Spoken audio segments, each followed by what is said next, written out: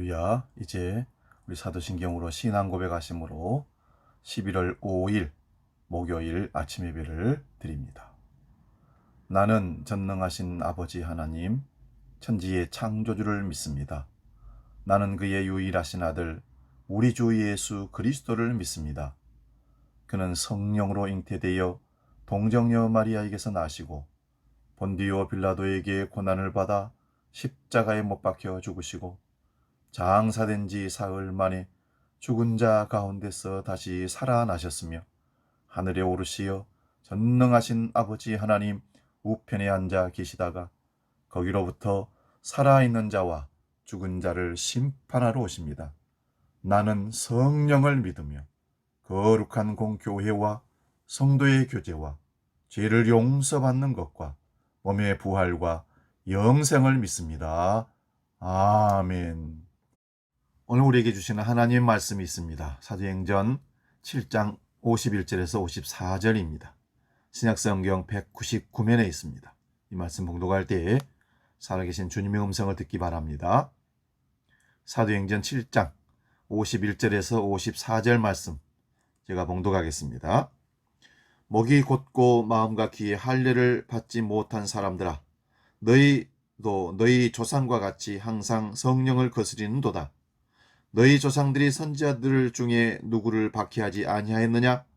의인이 오시리라 예고한 자들을 그들이 죽였고 이제 너희는 그 의인을 잡아준 자요 살인자가 되나니 너희는 천사가 전한 율법을 받고도 지키지 아니하였도다 하니라. 그들이 이 말을 듣고 마음에 찔려 그들을 향하여 이를 갈거늘. 아멘. 봉독한 말씀으로 들려야 삽니다. 이런 제목으로 말씀을 상고하고 은혜를 나눕니다. 들려져야 삽니다. 어릴 때 저희 집은 동물농장이 되었습니다. 돼지, 소, 개, 고양이, 닭, 각종 가축들을 많이 키웠습니다. 하루는 소를 끌고 밖에 나가야 할 일이 있었습니다. 어린 나이에 소 고삐를 걸고 당겨보니까 소가 움직이지 않습니다. 아무리 당겨도 소는 그대로 가만히 서 있습니다. 발을 고정시키고 목을 쳐듭니다. 그리고는 버티는 겁니다. 어린 제가 힘이 없어 그를 끌고 갈 수가 없었습니다.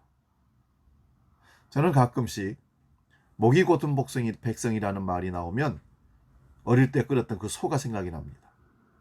목이 곧은 소처럼 다리를 땅에 고정시키고 하나님의 인도하심을 따르기를 거부하는 우리들의 모습을 보기 때문에 그렇습니다.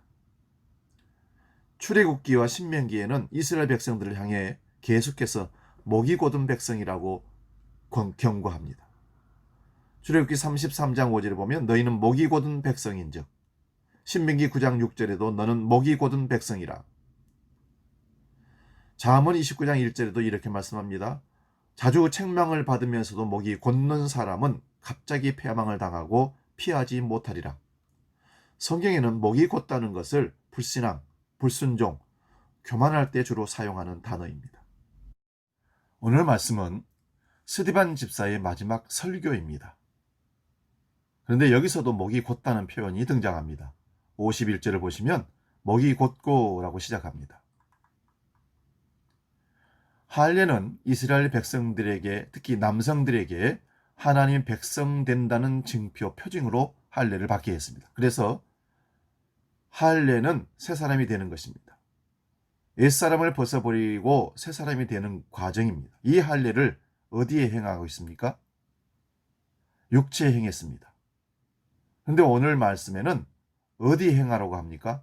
마음과 귀의 할례를 받으라고 합니다. 할례는 육체에 받는 것이지만 진정한 할례는 마음과 귀에 받아야 한다고 합니다. 여기서 귀의 역할을 무엇으로 우리는 생각합니까? 듣는 것입니다. 말을 들어서 어디에 보관해야 합니까? 귀로 말이 들리면 들려진 그 말이 저장되는 곳이 어디입니까? 머리일까요? 뇌일까요? 육체적 의학적으로 따지면 그럴 수 있겠지만 오늘 말씀에는 육체에 행하는 할례가 아닌 마음에 행하라고 했으니 귀에 들려진 말, 즉 말씀을 잘 보관하는 장소가 마음이라는 것을 알 수 있습니다. 말씀이 들려오는 통로인 귀, 말씀을 저장하는 장소인 마음, 이 두 가지의 할례를 받으라고 권면합니다. 마음과 귀는 말씀에 반응하기 위해 반드시 새로워져야 하는 곳입니다. 여러분의 귀는 말씀에 잘 열려 있습니까? 그래서 말씀이 잘 들립니까? 여러분의 마음은 말씀을 잘 저장하고 있습니까? 그리고 기억하고 생각납니까? 그러므로 성도는 말씀이 들려져야 성도인 것입니다. 마치 산소 호흡기처럼 말씀이 들려져야 우리 생명을 유지할 수 있기 때문입니다. 말씀이 들리느냐, 들리지 않느냐, 말씀이 마음에 잘 정리되고 저장되었느냐, 안 되었느냐, 죽고 사는 문제라는 것입니다. 그만큼 우리의 신앙생활에서 중요한 부분입니다. 51절을 다시 봅니다. 목이 곧고 마음과 귀의 할례를 받지 못한 사람들아, 너희도 너희 조상과 같이 항상 성령을 거스리는도다. 목이 곧고 마음과 귀의 할례를 받지 못하니 자연스럽게 어떤 결과를 가져오게 됩니까? 항상 성령을 거스리는 결과를 가져옵니다. 여러분, 신앙생활은 우리의 죄성, 곧 목이 곧는 상태로 그대로 있으며 결국 성령을 거스리게 됩니다. 목이 곧은 죄성, 불신앙, 불순종, 교만의 상태로 그대로 있으면 결코 안 됩니다. 그래서 우리의 귀를 열어 말씀을 듣는데 힘을 써야 합니다. 마음을 부드럽게 해서 말씀을 잘 저장하고 기억해야 합니다. 그래야만 살아있는 하나님의 말씀이 우리의 영적 상태를 바꿀 수 있습니다. 이때 우리는 자연스럽게 성령을 따르는 자가 됩니다. 성령을 거스리는 사람이 되게 하는 원인이 있습니다. 다시 51절을 보십시오. 항상 성령을 거스린다고 하는데 그 사람들은 누구와 같이 합니까? 너희 조상과 같이. 여기서 너희 조상은 어떤 사람들입니까? 목이 곧은 사람들이었습니다. 마음과 귀의 할례를 받지 못한 사람들이었습니다. 육체의 할례를 받기는 했지만 귀와 마음의 할례를 받지 못한 자들입니다. 어떠한 조상 때부터 목이 곧아지기 시작했고 마음과 귀의 할례를 받지 못한, 그래서 불신앙과 불순종과 교만해졌는데 그런 모습이 그의 후손들에게 그리고 그 후손에게 물려져서 왔다는 것입니다. 특히 오늘 본문에 너희 조상들이 어떻게 했을까요? 52절을 보십시오. 너희 조상들이 선지자들 중에 누구를 박해하지 아니하였느냐? 의인이 오시리라고 예고한 자들을 그들이 죽였고 이제 너희는 그 의인을 잡아준 자요 살인한 자가 되나니. 무엇을 했습니까? 선지자들 중에 누구를 박해하지 않았느냐? 하나님께서는 계속해서 이스라엘 백성들을 위해 하나님 말씀을 전하는 선지자들을 보냈다는 것입니다. 하나님께서는 그 선지자를 통해서 계속해서 말씀하셨다는 겁니다. 그런데 백성들은 목이 곧고 마음과 귀의 할례를 받지 않은 백성들이니 말씀을 듣기는커녕 오히려 말씀을 전하는 자들을 박해하고 죽였습니다. 선지자들은 계속해서 의인이 오시리라는 메시지를 전했다는 겁니다. 그리고 의인이 오셨습니다. 바로 그 의인이 누굽니까? 예수 그리스도이십니다. 그런데 유대인들은 그 메시지를 전했던 선지자들을 잡아 죽여버렸습니다. 그리고 그 선지자들이 전했던 그 의인인 예수도 잡아 죽였습니다. 끝내 여기서 너희 조상들은 어떤 결과를 맺게 됩니까? 그들이 선지자들을 통해 전했던 하나님의 말씀을 듣지 않음으로 인해서 현재를 살아가는 그의 후손들이 예수님을 죽이는 자들이 되는 엄청난 결과를 가져왔습니다. 유대인들이 왜 예수님을 죽였는가? 바로 53절이 그 이유를 밝혀줍니다. 너희는 천사가 전한 율법을 받고도 지키지 아니하였도다 하니. 예수님을 죽인 유대인들이 얼마나 완악하면 사람이 아니라 천사가 와서 전해줘도 지키지 않았을 정도입니다. 말씀을 듣지 못하면 이렇게 무섭습니다. 이런 무서운 연쇄 반응을 끌을 수 있는 방법은 말씀의 검으로 묶여진 사슬을 끊어버리는 방법밖에 없습니다. 그 아버지의 그 아들이라는 말이 있습니다. 이 말은 좋은 말로 쓰일 때는 아버지를 참 잘 닮았다. 그런데 나쁜 말로 쓰일 때는 부모도 나쁜 사람이더니 자식도 똑같구나, 이런 얘기입니다. 그 아버지가 누구입니까? 하는 것에 따라서 우리 인생의 평가가 달라집니다. 부지런한 아버지의 모습을 늘 보며 자란 아이들은 부지런한 아들이 될 가능성이 높습니다. 반면에 게으른 아버지 밑에 게으른 아들이 나올 가능성이 높습니다. 알코올 중독, 성적인 문제, 가정폭력의 문제로 깨진 가정에서는 역시 동일한 문제로 자녀들에게도 나타나는 경우들을 많이 봅니다. 이것은 오늘 내가 어떻게 살아야 할 것인지 다시 생각해야 하는 말씀입니다. 아버지인 나, 어머니인 나로서 어떻게 살아야 할지, 내 연약한 모습을 보면서 내 아이들이, 내 아들과 딸이 나와 같이 된다면 어떻게 할까? 저는 그렇게 되지 않게 되기 위해서 바람이 있습니다. 솔직한 저의 마음입니다. 우리는 너무 약해서, 그리고 너무 허점이 많고 잘못된 습관 속에 살아가고 있어서, 그래서 여전히 오늘 말씀이 우리를 마음 무겁게 합니다.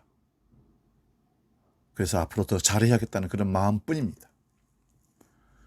신앙의 훌륭한 전통이 대대로 이어지는 신앙의 명문가가 있습니다. 반대로 죄의 악한 전통이 대대로 이어지는 죄악의 가문이 있습니다. 신앙은 의지적으로 힘써 바꿔야 합니다. 또한 신앙 생활을 더 잘할 수 있기 위해서 성령을 따라야 합니다. 성령님께서 우리를 인도해 주셔야 신앙 생활을 잘할 수 있기 때문입니다. 이때 우리에게 꼭 있어야 할 은혜가 있습니다. 바로 들리는 은혜입니다.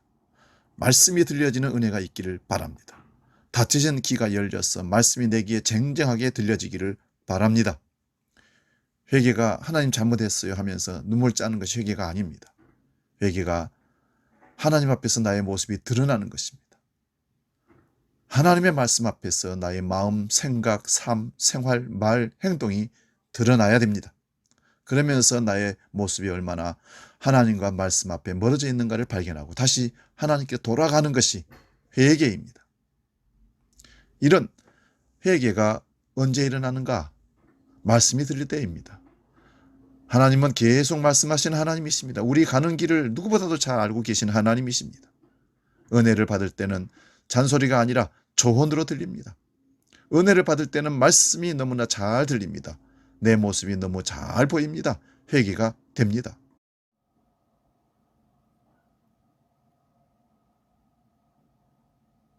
회개함으로 새롭게 됩니다. 54절을 보십시오. 그들이 이 말을 듣고 마음에 찔려, 말씀을 듣고 어떻게 됩니까? 마음에 찔림을 받습니다. 아프지요? 그런데 마음에 찔림을 받으면 어떻게 됩니까? 잘못을 인정하고 용서를 구하고 하나님께로 돌아옵니다. 그런데 이상한 반응이 일어났습니다. 이를 갈건을 진정한 회개를 한 것이 아닙니다. 말씀이 안 들려오니까 오히려 자기 감정을 부뚝쥐어서 스데반 집사를 죽여야겠다고 이를 갈았다는 것입니다. 말씀이 닫혀진 내 마음에 들어와 굳어진 마음, 나쁜 밭 같은 나쁜 마음으로 하나님의 은혜를 결코 저장할 수가 없습니다. 성령을 의지해서 주여, 내 길을 할례받게 해주시고 내 마음을 할례받게 해주셔서 말씀이 들려오게 하시고 말씀이 내 마음에 저장되어 생각되어 그 말씀이 내 삶을 이끌어가게 해주옵소서. 오늘도 강력하게 기도하며 하루를 출발해야 할 줄로 믿습니다. 기도하겠습니다. 살아계신 아버지 하나님, 들려지는 은혜를 누리게 하여 주옵소서. 오늘 말씀에 네 귀에 할례를 받고 마음의 귀에 할례를 받아서 말씀을 듣고 네 마음판에 새기라고 저장하라고 권면하신 말씀이 오늘 우리 삶에 적용되게 해 주옵소서.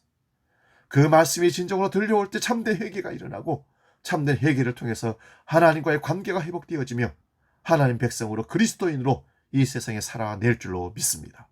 오늘 귀의 마음에 할례받는 백성으로 들려지는 은혜를 누리게 하여 주시옵소서. 이제는 말씀하시는 우리 주 예수 그리스도의 은혜와 아버지의 놀라우신 사랑과 성령님의 깨닫게 하시고 들려지게 하시고 인도하신 크신 역사가 아침 예배로 들려지는 은혜를 누리며 살기로 약속하는 머리 숙인 주의 모든 권속들 머리 위에 이제로부터 영원히 함께 계시기를 간절히 축원하옵나이다. 아멘.